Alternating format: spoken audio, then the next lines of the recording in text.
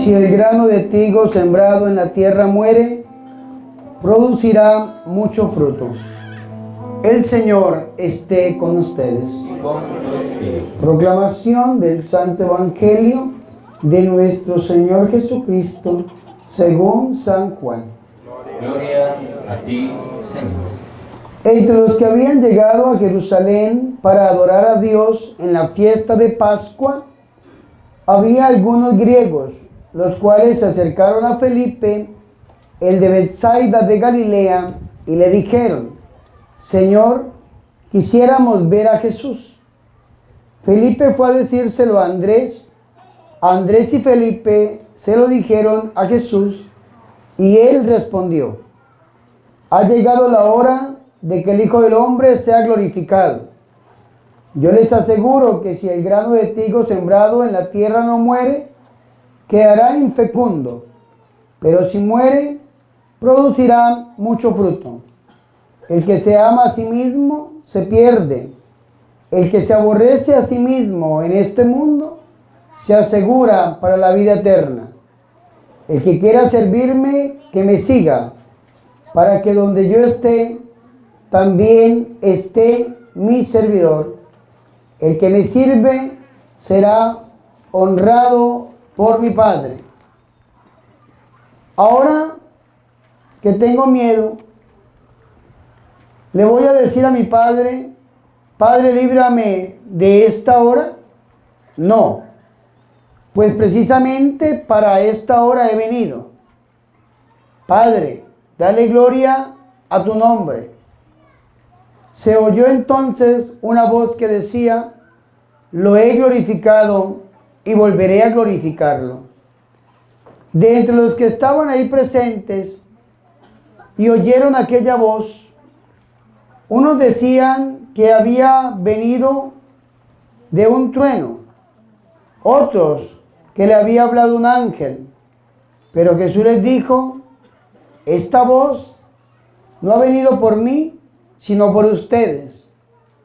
Está llegando el juicio de este mundo y va a ser arrojado el príncipe de este mundo. Cuando yo sea levantado en la tierra, atraeré a todos hacia mí. Dijo esto indicando de qué manera habría de morir. Palabra del Señor. Gloria a ti, Señor Jesús. Que por la proclamación de este santo evangelio sean perdonados nuestros pecados. Alabanzas a ti, oh Cristo. Ven, Espíritu Santo, a través del corazón inmaculado de tu amadísima esposa, la Virgen María. Amén. Tomen asiento, por favor, mis hermanos y mis hermanas.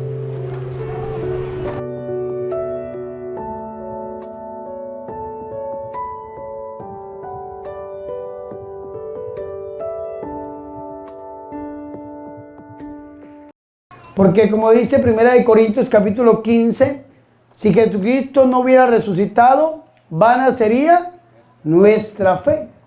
Y precisamente el Señor hoy, en el Evangelio de hoy, nos está hablando acerca de su muerte, y así termina la perícopa que la Iglesia Católica nos ha compartido hoy. Dice, indicando de qué manera habría de morir. Ya el Señor Jesucristo le había anunciado a sus apóstoles 3 veces por 3 ocasiones que iban a subir a Jerusalén, y que en Jerusalén iba a ser apresado, iba a ser el Señor Jesucristo humillado, escupido, abofeteado, castigado, lo iban a matar, pero que al tercer día resucitará. Hoy el Señor Jesucristo lo habla de una manera bien bonita, haciendo una comparación con el trigo. Dice que si el trigo cae a la tierra y no muere, pues queda infecundo, no da fruto. Pero si muere, dará mucho fruto. El Señor está hablando de la muerte. Y la muerte para nosotros los cristianos no es como la entiende el mundo. El mundo entiende la muerte como el fin de todo. Ya se murió y se acabó todo. Algunos sacerdotes habrán dicho que cuando el hombre muere, muere todo. Y nosotros creemos desde la perspectiva cristiana que nosotros no morimos en este mundo, sino que nacemos para la vida eterna. Si ustedes se ponen a pensar en el primer mártir, en el protomártir San Esteban, nos habla a nosotros, Hechos de los Apóstoles, capítulo 6 y capítulo 7 de San Esteban, sobre todo el final del capítulo 7, dice que cuando Esteban estaba predicando, lo sacaron y empezaron a apedrearlo, y la Biblia no dice, y se murió. La Biblia dice, y se durmió en el Señor. Y es bien importante que nosotros lo tengamos en cuenta. Se durmió en el Señor. El que muere, el que se duerme del Señor, nace para la vida eterna. Y tenemos que pensar nosotros, ¿cómo estamos viviendo? Si en este momento Dios nos llama al sepulcro, si nosotros salimos de este lugar, y Dios no lo permita con ustedes, pero tal vez ustedes después de salir de este lugar mueran. Dios los llame a ustedes al sepulcro. ¿Dónde vivirá usted la vida eterna? No me responda a mí, respóndase usted mismo. Si usted es llamado hoy al sepulcro, a dormir en el Señor, ¿en dónde vivirá usted la vida eterna? Una vez estaba predicando un santo que yo quiero mucho, el padre fundador de los redentoristas, San Alfonso María Ligorio. Y estaba predicando a una comunidad de campesinos y estaba hablando acerca de la vida eterna. Y entonces un campesino levantó la mano y le dijo, Padre Alfonso, ¿en dónde viviremos la vida eterna? Y San Alfonso dijo lo siguiente, vea, le preguntó al campesino, ¿hacia dónde cae el árbol? Y eso sí me lo pueden responder ustedes a mí. ¿Hacia dónde cae el árbol? Respondan. ¿Hacia dónde? Ustedes son campesinos, yo también. ¿Hacia dónde cae el árbol? ¿Hacia dónde está inclinado o no? Si el árbol está inclinado a la izquierda, pues ¿cómo va a caer a la derecha? ¿Se va hacia donde está inclinado? ¿Sí o no? Pues eso mismo le dijo San Alfonso. Usted va a vivir la eternidad hacia donde se haya inclinado en esta vida. Si usted en esta vida se inclinó hacia la carne, hacia el mundo y hacia el diablo, cuando usted parta de este mundo a la vida eterna, pues ya sabe dónde va a vivir su vida eterna. Pero si usted en este mundo se inclinó hacia Dios y hacia las cosas santas, pues cuando usted parta de este mundo, ya sabe dónde va a vivir la vida eterna. Si usted que amó a Dios, pues usted va a ir al cielo. Si usted no amó a Dios, maldijo a Dios, renegó de Dios y vivió una vida fuera de Dios, pues usted ya sabe dónde va a vivir la vida eterna. Padre, ¿Dios me va a condenar? No. Dios no condena a nadie. El que se está condenando es usted mismo a lo largo de su vida, por todas las acciones en su vida, todas las cosas que usted ha hecho, usted mismo es el que se está condenando. Yo entrevisté a un sacerdote que pido mucha oración por él, el padre Carlos Cancelado. El padre Carlos Cancelado estaba en México. Cuando lo entrevisté, allá tenía una parroquia. Y el padre Carlos Cancelado, que es sacerdote colombiano, es santanderiano.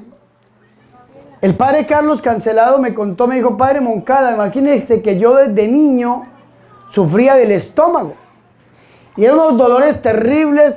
Él es campesino igual que nosotros. Dice, cuando me dolía el estómago, me iba y me ponía una piedra así grande que había a la orilla del río y me botaba para que se me calentara el estómago.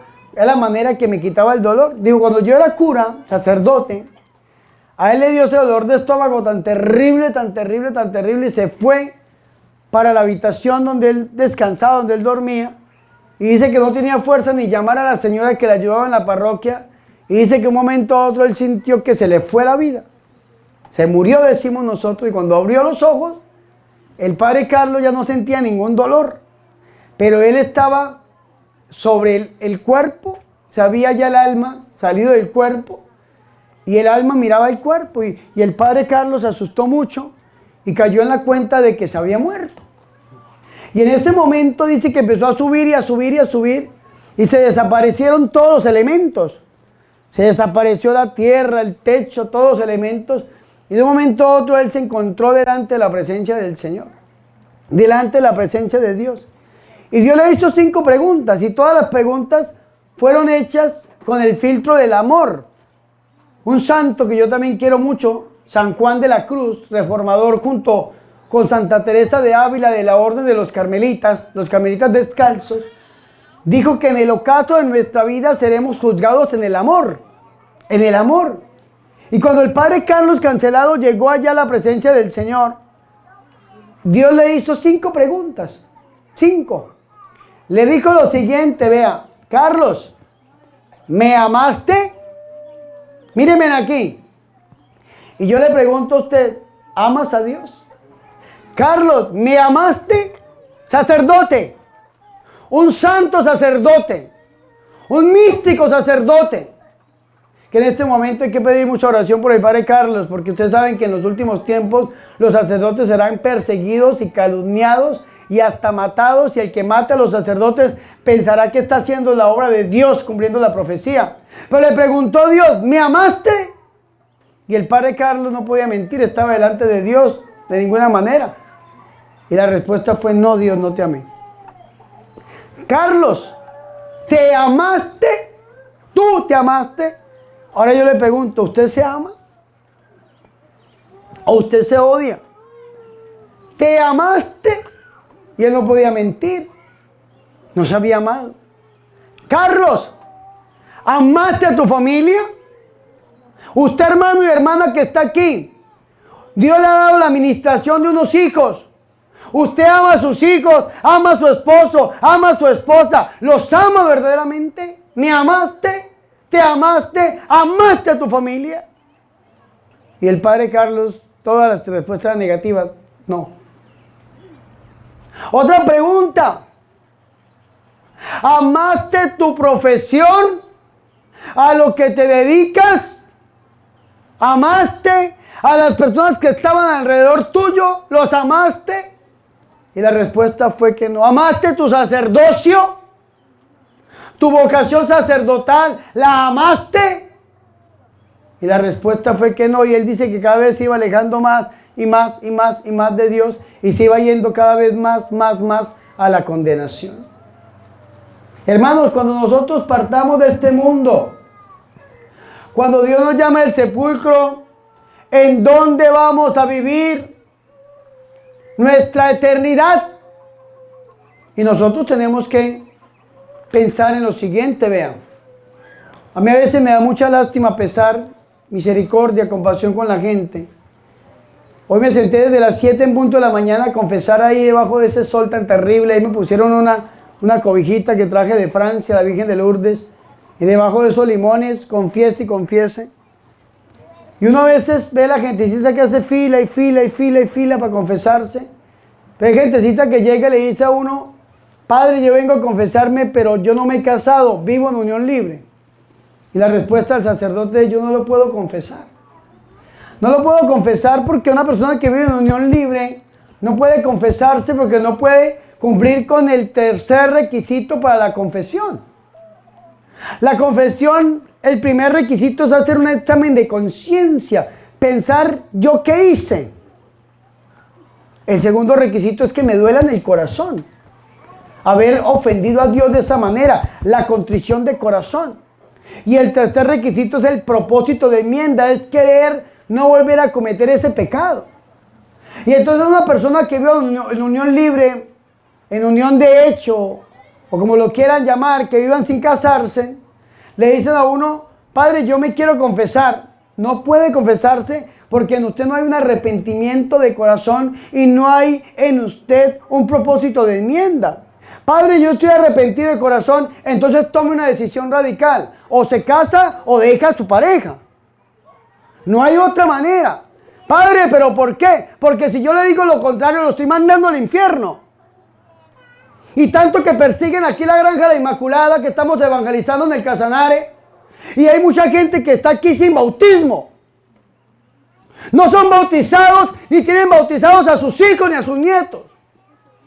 Personas sin bautismo, con pensamientos protestantes, que cuando crezca el niño y cuando crezca la niña, que decida qué va a hacer. ¿Y saben qué va a decidir? Pues como Ricky Martin dijo, vivir una vida loca, lejos del Señor. Y yo cuando tenga 15, 16, 17 o más años, no se va a bautizar porque se va a entregar al mundo. porque no es hijo de Dios, porque no es templo del Espíritu Santo. Y esta pobre gente cuando se muera, ¿en dónde va a vivir la eternidad? Yo no los puedo condenar de ninguna manera, nadie. Nosotros nos condenamos solos. ¿Qué tenemos que hacer? Tenemos que arreglar nuestra vida. No tenemos la vida comprada. Y le pedimos a Dios que nos bendiga, que nos dé un buen trabajo, que nos dé buen empleo, que nos bendiga económicamente. Y Dios en su misericordia nos bendice. Y nos vamos a pagarle al brujo. Y nos vamos a pagar a la bruja. Y nos vamos a comprar el amuleto. Y nos vamos a comprar el fetiche. Maldiciendo su propia vida económica, la vida de su familia. Y usted se llega a morir como el grano de trigo que cae al suelo y muere. Cuando usted despierta la vida eterna, ¿en dónde va a vivir la eternidad? Cuando Dios le pregunte, ¿me amaste? Y tú no puedes mentir, no te amé, porque fui donde los brujos, donde las brujas, los hechiceros, viví lejos de ti. ¿Te amaste? ¿Amaste a tu familia? ¿Amaste tu profesión? ¿Amaste tu vocación? El grano de trigo que cae al piso tiene que morir para dar vida eterna, frutos eternos. Pensemos en este momento. ¿Cómo estamos viviendo? Granja La Inmaculada, Paz de Ariporo, Casanare, Colombia. ¿Cómo estamos viviendo? Y tenemos que volvernos a Dios. Y creemos que esto es un juego. En la Iglesia Católica estamos viviendo la Cuaresma. Y desde que arrancó el primer día, la Cuaresma, el miércoles de ceniza, 14 de febrero, nos han hablado de la conversión, conversión, conversión, conversión, pero nos entra por un oído y nos sale por el otro. Conversión, conversión. Y sí queremos que Dios nos sane, nos bendiga, nos libere, pero no queremos volvernos al Señor. No queremos ir al Señor. Es tiempo de pensar cómo estamos viviendo nuestra vida. Porque como estemos viviendo en este mundo, el árbol cae hacia donde está inclinado. Y vean que nosotros tenemos la cosa fácil. Porque ya el Señor vino y murió por nosotros. Yo he venido para que tengan vida, y dice la Vulgata, para que la tengan en más abundancia, dice la Jerusalén, para que tengan vida y la tengan en abundancia. Y el Señor Jesucristo venció al demonio. Está vencido en la cruz del Calvario. Ay, Padre, es que el demonio me tienta. Sí, tienta a todos. Pero ya el Señor nos dio la victoria. En un exorcismo, un demonio me dijo lo siguiente. Que antes de la pasión, muerte y resurrección del Señor, que es el Tríodo Pascual, el mundo entero le pertenecía. Pero que Dios se lo arrancó de las manos con su misterio pascual. Tenía tanto poder el demonio en este mundo antes de la venida del Señor Jesucristo, que el mismo Señor Jesucristo en el Evangelio de hoy le llama el príncipe de este mundo. El príncipe de este mundo, San Juan, en su primera carta, en el capítulo 5 de San Juan, nos dice que, capítulo 5, versículo 19, el mundo entero yace en el poder del maligno, dice San Juan. A la gente antigua le tocaba muy duro porque el mundo entero yacía bajo el poder del diablo. Pero ¿para qué se manifestó el Hijo de Dios? Hoy lo dice el Señor. Llega mi hora y tengo miedo. ¿Y acaso le voy a decir al Padre que me quite este cáliz? ¿Acaso le voy a decir al Padre que me arrebate esta gloria? Si para esto he venido, dice el Señor. Para esto he venido. El Señor Jesucristo vino a redimirnos.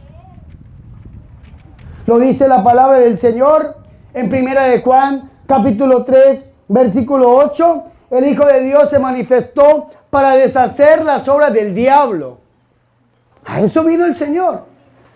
A deshacer las obras del diablo. Y en la Biblia encontramos algo bastante interesante. Y era el poder del demonio como tenía apresada a la gente. ¿Ustedes se acuerdan en San Marcos, en el capítulo 1, versículo 22 en adelante, cuando el Señor y Salvador Jesucristo entró en la sinagoga de Cafarnaún, que había un hombre totalmente poseído? Dice, había precisamente en la sinagoga un hombre poseído por un espíritu inmundo que se puso a gritar: ¿qué tenemos nosotros contigo, Jesús de Nazaret? ¿Has venido aquí a destruirnos antes de tiempo? Sé quién eres, eres el Santo de Dios. Y Jesús en ese momento le dijo: cállate y sal de él. Y el demonio sale. El demonio que tenía totalmente apresado a un hombre dentro de una sinagoga. La sinagoga era el lugar de culto, la iglesia del tiempo. Un hombre de iglesia estaba poseído por un demonio. ¿Ustedes se acuerdan allá en San Marcos, en el capítulo 5, cuando el Señor se pasa él y le gritó con voz fuerte: ¿qué tengo yo contigo, Jesús, Hijo de Dios Altísimo? Te conjuro por Dios que no me atormentes. Y es que el Señor le había dicho: espíritu inmundo, sal de este hombre. ¿Cuál es tu nombre?, le preguntó el Señor. Mi nombre es Legión, porque somos muchos. Y le suplicaba con insistencia que no los echara fuera de aquella región. Vea qué interesante. El diablo se apodera de las regiones. Qué posesión tan terrible, tan total, tan completa. Y sin embargo el Señor expulsa a todos estos demonios que salen a meterse en una piara de cerdos, y más de 2000 cerdos se van a un acantilado. A esta gente le tocaba muy duro, muy difícil. Y podemos ver cuánta gente endemoniada estaba. Y se encontraron con Jesús, aquel hombre que era sordomudo, aquel hombre que era sordo, aquel hombre que era mudo, la hija de la mujer tirofenicia. Y cuántas personas endemoniadas estaban en la época de algunos dirán: ¿y por qué? Porque el mundo entero yacía bajo el poder del demonio. Sin embargo, nosotros tenemos una ganancia. ¿Y cuál es la ganancia? Que Dios envió a su único Hijo. Juan 3:16, que dice: tanto amó el Padre a los hombres, tanto amó Dios al mundo, que envió a su único Hijo, nuestro Señor Jesucristo. Envió a su único Hijo, entregó a su único Hijo, nuestro Señor Jesucristo, para que todo aquel que en Él crea no se pierda, sino que tenga vida eterna. Dios te ama tanto que envió a su único Hijo. Hoy la segunda carta, la segunda lectura de los Hebreos nos dice que el Señor obedeció a su Padre, aprendió obedeciendo. Nosotros, mis hermanos y mis hermanas, tenemos que obedecer a Dios. Y Dios nos manda hoy que pensemos cómo estamos viviendo, para saber dónde vamos a vivir nuestra eternidad. Y no le eche la culpa al diablo diciendo: es que el diablo me tienta, es que el diablo está jugando conmigo, me obliga. Porque ya el diablo está vencido, mi hermano y mi hermana. Lo venció el Señor Jesucristo aquí en la cruz del Calvario. Y vamos a volver a recordar este misterio de nuestra redención, donde el Hijo de Dios, colgado en una cruz, murió para darnos vida y vida en abundancia. Amén. Fuertes aplausos al Señor Jesús. Vea que San Pablo lo explica de una manera diferente. San Pablo, en la carta a los Colosenses, en el capítulo 2, versículo 14, dice lo siguiente, vea: canceló la nota de cargo que había contra nosotros, la de las prescripciones con sus cláusulas desfavorables, y la quitó de en medio clavándola en la cruz. Había un contrato, había una cláusula, había una factura en contra nuestra que el diablo nos la quería pasar y la pasa cada vez que quería. Sin embargo, el Señor canceló esa factura, canceló esa cuenta de cobro, canceló ese contrato, canceló esa nota de cargo que había contra nosotros con cláusulas, con prescripciones desfavorables. Desfavorables. la quitó en medio de nosotros y la clavó en la cruz del Calvario. Pero ¿cuál es el problema nuestro? Que en lugar de vivir pegados a Dios y a las cosas santas, vivimos pegados a la carne, al mundo y al diablo, y volvemos a darle esa factura, volvemos a darle esa cuenta de cobro, volvemos a darle ese contrato al diablo para que pueda hacer con nosotros lo que se les dé la gana. ¿Y qué tenemos que hacer, hermanos? Pues tenemos que entender que el Señor ya la clavó en la cruz. San Agustín de Hipona, el santo obispo de Hipona, cuando hablaba acerca del diablo, decía que el demonio, el diablo, es como un perro chimuelo, un perro sin dientes, un perro mueco, amarrado en una cadena, y solamente podía llegar hasta donde la cadena se lo permite. Pero decía el mismo santo San Agustín, pero ¿cuál es el problema de nosotros los católicos, de los cristianos? ¿Saben cuál es el problema? Que nos metemos en el territorio del diablo, y aunque no nos puede matar, porque ya no está la cláusula favorable en contra nuestra, sí nos puede hacer daño. ¿Cómo nos puede hacer daño? Nos puede herir, no nos puede matar. Si el diablo nos quisiera matar, yo creo que a Narciso Ramírez, laico, predicador de la familia, hace rato lo hubiera matado, porque era un hombre que se le salió de las manos. Narciso, ustedes saben, en su testimonio, era un hombre dado a la brujería, era un brujo. Y sin embargo se le sale de las manos al diablo. Hoy en día es un instrumento del Señor. Yo mismo, Bernardo Moncada Ballesteros, en mi pasado fui drogadicto, fui alcohólico, ladrón, fui satánico. Me le escapo, Dios me rescata de las garras del demonio. Y hoy en día es un instrumento del Señor. Y si el diablo odia a alguien, es aquellos que les escaparon de sus manos. Y quisiera hacer la vida imposible. Por eso el diablo nos persigue tan terriblemente. Y nos persigue a través de gente buena, muy buena. Gente de iglesia, con mucho poder en la iglesia. Y nos persigue a través de gente mala, muy mala. A través de brujos, brujas, hechiceros. Pero no puede hacer nada. ¿Saben por qué? Porque el demonio no tiene poder. Los hermanos protestantes le dan poder al demonio. Efesios en el capítulo 6, versículo del 10 al 17 nos habla de la armadura de Dios. Y dice, nuestra lucha no es contra la carne y la sangre, sino contra ¿qué? ¿Contra qué? Espíritus del aire que tienen ¿qué? Dominio. La palabra poder no la utiliza la Biblia. Dominadores. Autoridades, pero no dice poder. La palabra poder está en la Biblia evangélica, protestante, en la católica no. Porque el diablo no tiene poder, ya fue vencido. ¿Y en dónde fue vencido el demonio? En la cruz del Calvario. Te lo repito, Dios murió en la cruz para darte vida y vida en más abundancia. Aleluya. Fuertes aplausos al Señor Jesús.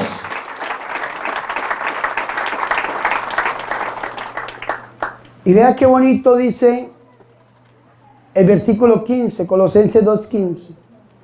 Y una vez despojados los principados y las potestades, los exhibió públicamente en su cortejo triunfal. El demonio fue exhibido, así como el gobierno hoy cuando captura a un bandido lo exhiben por televisión, así el demonio fue exhibido por el Señor Jesucristo en un cortejo triunfal. ¿Y qué nos está diciendo a nosotros Dios, el Espíritu Santo a través de San Pablo? Que el demonio está vencido, no tiene poder, ya lo exhibió el Señor. ¿Y quién tiene el poder? El poder lo tiene el Señor y el poder lo tiene usted. A los apóstoles sí. Ayer le leía la misión apostólica desde Marcos capítulo 6, versículo 8 en adelante. Y le recordaba que el paralelo, los sinópticos están en Mateo capítulo 10 y en San Lucas capítulo 9. Y vea que dice Mateo capítulo 10, le voy a decir solamente ese versículo. Y llamando a los 12 les dio poder. ¿Les dio qué? ¿Les dio qué? Poder. ¿Les dio qué? Poder. Les dio poder sobre los espíritus inmundos para expulsarlos. ¿Por qué? Porque dice el Señor que con su muerte, con su resurrección, el príncipe de este mundo va a ser arrojado del mundo. Y es que no lo digo yo, lo dice el Evangelio del día de hoy. Está llegando el juicio de este mundo y va a ser arrojado el príncipe de este mundo. Ya fue arrojado. ¿Arrojado de qué? Del mundo y de su vida. El demonio no lo puede llegar a tentar para hacerlo alejar del Señor. Usted tiene que estar cerca del Señor. Santiago lo dice en su carta: acérquense a Dios y Dios se acercará a ustedes. Aléjense del diablo y el diablo se alejará de ustedes. ¿Usted quiere saber cómo se logra una verdadera liberación? ¿Sí o no? Se lo repito, ¿usted quiere saber cómo se logra una verdadera liberación? ¿Sí o no? Pues acérquese a Dios. El padre Fortea, que yo lo quiero mucho, hay que orar por él porque ya también empezó a vivir su persecución. El padre Fortea nos dice lo siguiente, vea: el demonio no quiere llegar a poseer el cuerpo de un santo, y un santo tampoco quiere que un demonio lo posea. El demonio no quiere llegar a poseer el cuerpo de un santo. El demonio odia a la gente que vive en santidad, que busca la gracia del Señor. Y no puede poseer a un hombre o una mujer en santidad, y no quiere tampoco, porque sería una cárcel, una tortura para el diablo. ¿Qué hace el exorcismo? El exorcismo le crea más dolor al diablo que en el infierno mismo, y por eso el diablo tiene que irse del cuerpo de la persona. Eso hace el exorcismo, crearle más dolor a un demonio que estando en el mismo infierno, y por eso decide irse al infierno que quedarse ahí. Eso es un santo para un demonio, algo peor que el mismo infierno. Entonces nosotros tenemos que acercarnos a Dios. Acérquense a Dios, Dios se acercará a ustedes. Aléjense del diablo y el diablo se alejará de ustedes. Cuando usted se acerca a Dios, vive como el trigo escogido por Dios, que cae en tierra buena y da fruto en abundancia. Cuando usted se acerca al demonio, no da ningún fruto en abundancia, sino el único fruto es la condenación eterna. Entonces, de aquí en adelante tenemos dos caminos: o seguimos al Señor a través de la Iglesia Católica, nos dedicamos a las cosas de Dios, le pedimos a Dios el don de piedad para poder amarlo a Él y a todas las cosas santas, o sencillamente nos vamos detrás de los tres enemigos del alma: la carne, el mundo y el diablo. Usted escoge. Hoy el Señor le presenta dos caminos: la vida o la muerte, la gracia o el pecado, la sanación o la enfermedad, la liberación o el ataque del demonio. Usted es el que escoge. Ojalá que aquí en adelante usted se levante con la convicción de que tiene que ir detrás del Señor. ¿Y qué es lo primero que tiene que hacer? Arreglar su vida sacramental. Una buena confesión, pero una confesión bien hecha. Gente que llega y hace 3, 4 horas de fila para confesarse, y llegan a decir: padre, yo no me quiero confesar, ore por mi hijo. Primero usted tiene que pensar en su alma. Listo, oramos por su hijo, Dios le da el don de la conversión, pero si usted se muere, ¿qué va a hacer de su eternidad? Hay gente que dice: no, yo no me confieso con un cura que es más igual o más pecador que yo. Eso es orgullo. ¿A usted qué le dijo que el cura era igual o más pecador que usted? Y si lo es, ¿a usted qué le importa? Busque su vida y no se meta en la vida de los demás. Pero si usted se muere sin confesarse, más vale pasar 3 minutos de vergüenza delante de un cura que 300 años de purgatorio, o tal vez una eternidad en el infierno. Padre, ¿qué tengo que hacer? Le preguntaron a San Pedro cuando dijo su discurso después de Pentecostés: ¿qué hacemos, hermanos? Que arrepiéntase de sus pecados. Dijo San Pedro: conviértase, vuélvase a Dios, hágase bautizar, porque la promesa del Espíritu es para ustedes, para sus familiares y para los que están lejos. Yo les digo hoy: arregle su vida, salga de este lugar y prepare una buena confesión. Salga de este lugar y arregle su vida sacramental. El que no está casado, cásese. El que está robando, deje de robar. El que está extorsionando, deje de extorsionar. El que está viviendo en pecado, deje de vivir en pecado y vuélvase a las cosas del Señor. Esto es lo que Dios quiere. Si no está casado, cásese.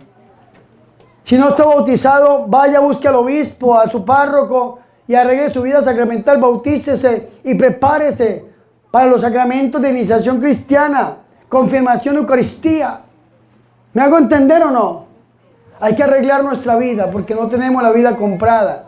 Y tal vez saliendo de este lugar, Dios nos llama al sepulcro.